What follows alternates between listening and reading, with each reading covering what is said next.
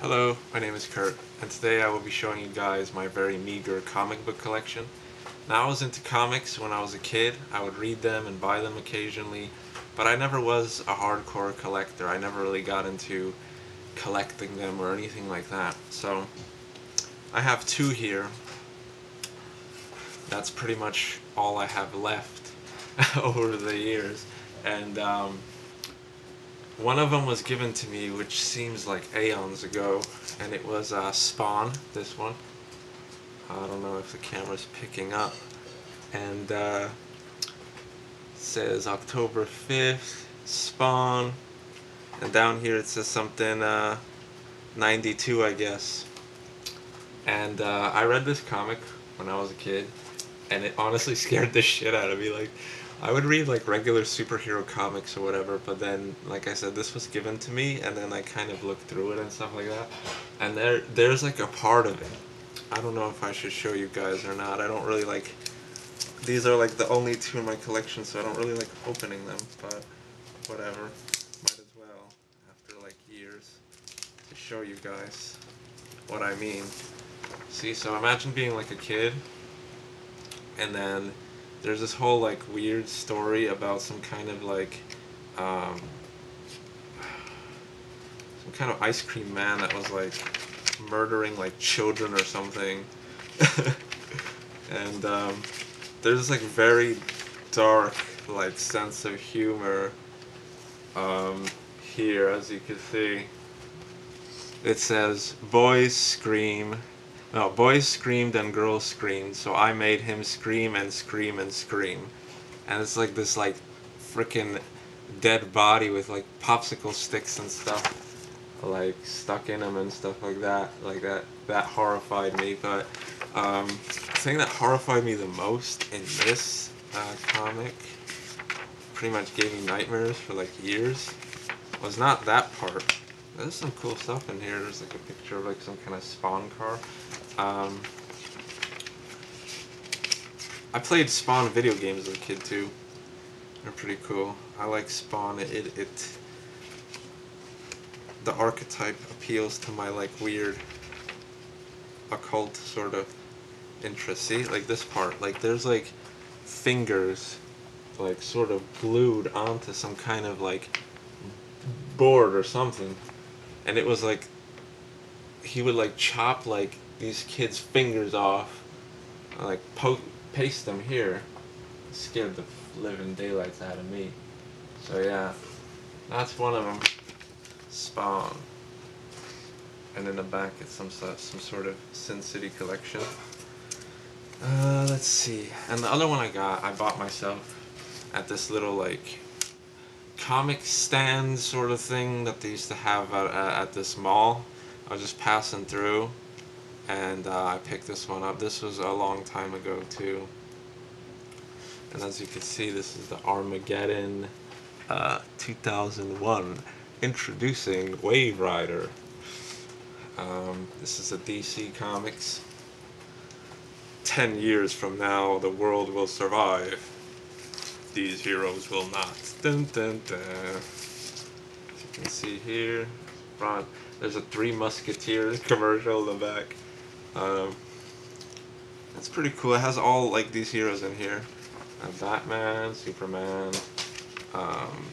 just duking it out like a bunch of superheroes just having this big spectacular battle. This is pretty freaking cool. Some cool like artwork stuff going on here. And yeah, I mean, it's Wonder Woman, a bunch of other people here. Pretty cool, pretty cool. Those are my comic books. Never really got into collecting them hardcore, but I might consider it. I've actually been thinking about it, just watching videos on YouTube and whatnot. And I was watching Glenn Danzig interview, and he says he has a comic book collection too, Wolverine and all that stuff, so kind of interested in it. Next up is my copper penny stack. Now, for those of you who don't know, American pennies 1982 and earlier are made out of 95% copper. Anything later than that is made out of, like, I think just purely zinc, so it's pretty much useless garbage. But these actually have real copper in them. So I stack them aside because copper is obviously a precious metal. Is it super valuable? No. But the thing with copper pennies is that the copper ones are actually worth like 2 cents each in like sort of copper value. So you're getting 2 cents for every 1 cent you have, you know what I mean? So that's why I kind of stack them aside just in case, you know. And here it is, big like bursting bag of copper pennies. Make an interesting sound. They make like this ringing sound, whereas the zinc ones just make this like thud type of sound. As you can see here, they're all copper, stuff like that. You probably can't see too well on the camera, but that's that. And if anybody pisses me off, like if a Jehovah's Witness like comes to my door and stuff and they start pissing me off, I'm gonna just, this is like around 2 pounds or so, I'm gonna just drop this right on their heads out of the window, be like, yeah, here's your Bible thumper bullshit, bastard. Fucking crack, fucking concussion.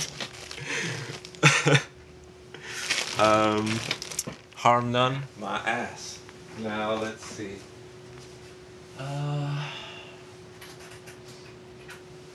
And I also have a couple of wheat cents. Now these are pretty rare, because they're super old. They're like from the 1950s and earlier. I have one that's like from the 1920s. It's crazy. I like collecting these because these are rare. You can't really find them too much anymore, and they're obviously made out of 95% copper, so that's why I stack them. But you guys probably seen this if you live in the U.S. The back has like this sort of it's called a wheat penny because it has like this sort of wheat design, and it says 1 cent in the back. Maybe this one will come up a little bit better. See that? 1 cent. But it's weird because it's sort of like see, on this side it's like the right side up, but then when you flip it around, like the face is upside down. I don't know, I just noticed all these weird things. So yeah, I have a whole bunch of these, but I didn't take them out. I have around like 30 or 40 of them, but like I said, they're very rare to find. So I just stack them aside in like this separate place. I don't throw them in and mix them up with all the other copper pennies I have. So yeah, that's pretty much it. If you're getting into precious metals and stuff like that and you don't really have any money, just stack copper pennies. You know, if you have them, put them aside. It's no big deal. Like I said, they're worth 2 cents each, so if anything comes down, like, you can't necessarily melt down American currency, but hey, when shit hits the fan, so to speak, or whatever, you can melt it down. You can sell it for like twice its value. Let's say I have like, I don't know, 10 or 20, that's probably an exaggeration, maybe $10 in here. I'm not entirely sure. If you melt it down, you'll have $20. Just sell it to your local metal refinery, I guess, or whatever. But like I said, you can't melt down American currency because that's like a crime or something. So yeah, stack them aside. Instead of buying them on eBay or buying actual copper bullion, which is actually available on APMEX and all these other precious metal sites, instead of, you know, spending $3 for an ounce of copper, which is way, way, way beyond the face value. You're getting massively ripped off on that. Yeah, sure, it looks cool, but it's a massive rip-off. So you do it for free, and you got a weapon. So if somebody comes up to you, you already have this here, be like, "How's it going, man?" And just like, crack him in the head. Just kidding. Who the hell would carry on like copper pennies as a weapon? But yeah, just having some fun. Take it easy, guys. Thanks for watching.